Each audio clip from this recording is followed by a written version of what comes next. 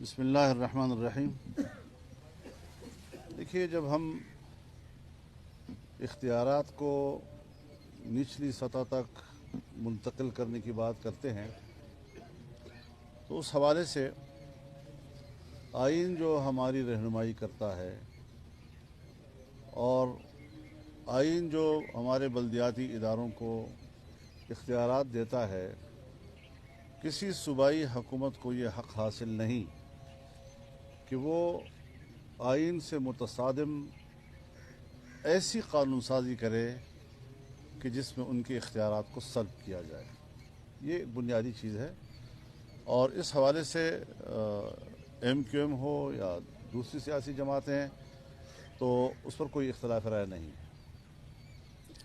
اور باقی ہم یہ سمجھتے ہیں کہ ہمیں دل کھول کر پوری ہمت کے ساتھ پبلک میں جانا چاہیے، اور بلدیاتی الیکشن کے لیے بھی بھرپور انتخابی مہم میں ہمیں اتر جانا چاہیے، تاکہ جب ہم ان کو شکست دے سکیں تو پھر جو ان کے عزائم ہیں انشاءاللہ ان کو بھی ہم خاک میں ملائیں گے، اور جو وہ چاہتے ہیں ایسا نہیں کر سکیں گے۔ سیاست محض خواہشات کی بنیاد پر نہیں ہوا کرتی، سیاست کے بھی کچھ اصول ہوتے ہیں، اس کے بھی کچھ طے شدہ خطوط ہوتے ہیں، اور آئین ہماری اس حوالے سے رہنمائی کرتا ہے۔ اسی کے اندر رہتے ہوئے ہم نے ملک کے نظام کو چلانا ہے۔ ہر بات خواہشات کے تابع نہیں ہوا کرتی۔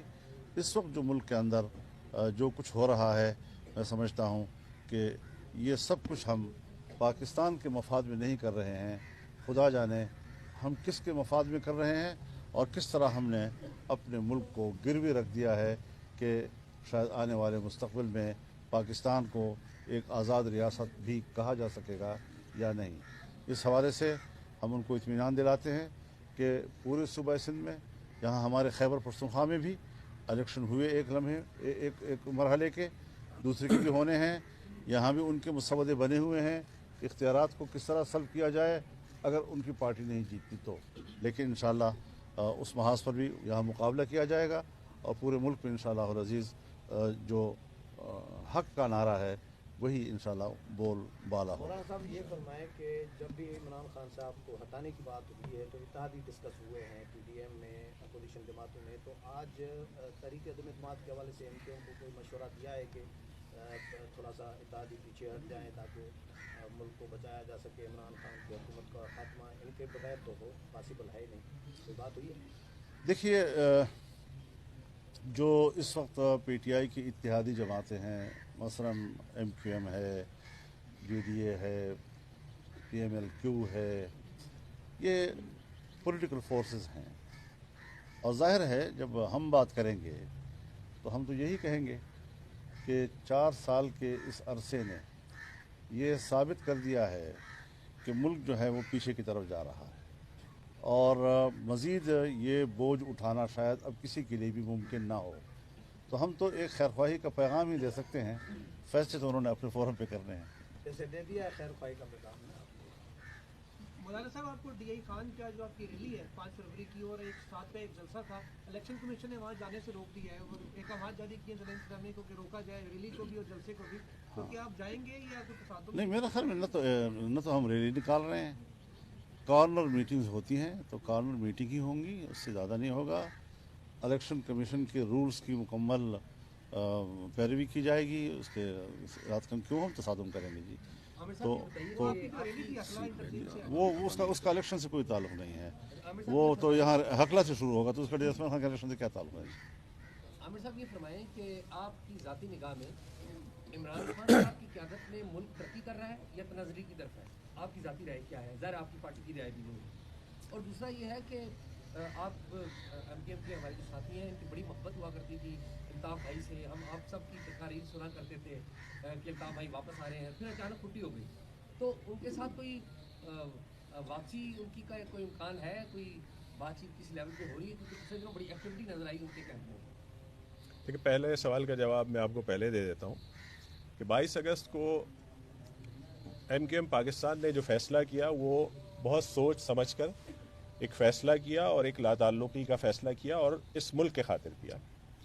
اس ملک اس پاکستان کے حوالے سے اگر کوئی بھی غلط بات کرے گا تو ہم کسی طور پر بھی کوئی بھی ہو کوئی بھی شخصیت ہو ہم اس کا ساتھ نہیں دے سکتے اور ہم پاکستان کے ساتھ کھڑے ہیں. جہاں تک ایکٹیویٹیز کا سوال ہے ہر فرد کو ہر سیاسی جماعت کو اپنی ایکٹیویٹیز کا حق ہے. اس کا فیصلہ کرنا ریاست کا کام ہے ہمارا کام نہیں ہے. ہم اپنی سیاست کر رہے ہیں ہم اپنی تنظیم کو لے کر چل رہے ہیں. جہاں تک کارکردگی کا سوال ہے تو ہم ماضی میں اس ملک میں چاہے وہ پیپلز پارٹی کی حکومت رہی ہو چاہے میاں صاحب کی حکومت رہی ہو ہم سب کا حصہ بھی رہے اور اس وقت پی ٹی آئی کا حصہ بھی ہے. تو ہم تو کسی کی بھی کارکردگی سے مطمئن نہیں ہیں. اللہ کرے جو معاشی ہم اس کا اظہار کر چکے ہیں کہ ہم تو ایم کیو ایم کے جو مطالبات رہے ہم تو اپنے کراچی شہر اور اپنے صوبے کے حوالے سے زیادہ بات کرتے ہیں. وہاں ہمیں بہت تکلیف ہے بہت پریشانی ہے. اوورآل جو پوری ملک کی صورتحال ہے اس میں ظاہر بڑی سیاسی جماعتیں ہیں مولانا صاحب ہیں دیگر سیاسی جماعتیں ہیں وہ اس کو زیادہ بہتر طریقے سے دیکھ رہے ہیں اور ہم اس جمہوریت کو بچانے کے لیے اس حکومت میں شامل ہوئے تھے. کارکردگی کا فیصلہ آنے والا الیکشن کر دے گا کہ کس کی کیا کارکردگی رہی ہے اور کیا پاکستان آگے بڑھا ہے یا پاکستان پیچھے ہٹا ہے. یہ آنے والا الیکشن کرے گا. مولانا صاحب مستقبل میں جو بلدیاتی انتخابات سندھ میں ہونے جا رہے ہیں جمعیت علماء اسلام اور ایم کیو ایم کا اتحاد دیکھیں گے مستقبل میں؟ حضرت یہ فیصلے وہاں لوکل سطح پہ ہوا کرتے ہیں. لوکل باڈیز ہیں لوکل معاملات ہیں. اب مجھے کسی تحصیل یا یونین کونسل کی صورتحال کا کیا علم. وہاں کے مقامی جماعتیں اس صورتحال کو براہ راست دیکھتی ہیں اور سمجھتی ہیں اور یہ فیصلے اسی لیول پہ ہوتے ہیں اور ظاہر ہے کہ یہ ضرورت کی بنیاد پر ہوتے ہیں. اگر کسی بھی پارٹی کو کسی کے ساتھ کوئی اتحاد کرنے کی ضرورت پڑتی ہے اور وہ اپنی سیٹوں کو محفوظ کرنے کے لیے کسی کے ساتھ معاہدات کرتی ہے تو وہ ہر سطح پر سیاست میں اس کا ایک جواز ہوتا ہے اس کا ایک راستہ نکلتا ہے. تو اسی سطح پہ جماعتوں نے یہ فیصلہ کرنا ہوتا ہے. عامر صاحب آپ حکومت میں ہیں یا اپوزیشن میں؟ عجیب سوال کیا ہے آپ نے. ظاہر ہے کہ ہم پی ٹی آئی کے اتحادی ہیں تو حکومت میں ہیں لیکن ہمارا شیئر یہ کہ اس کی وضاحت ضروری ہے کہ ہمارا شیئر جو ہے نا وہ صرف ایک وزیر کا ہے اتنا ہی بوجھ اٹھائیں گے جتنا ہمارا شیئر ہے. بہت شکریہ.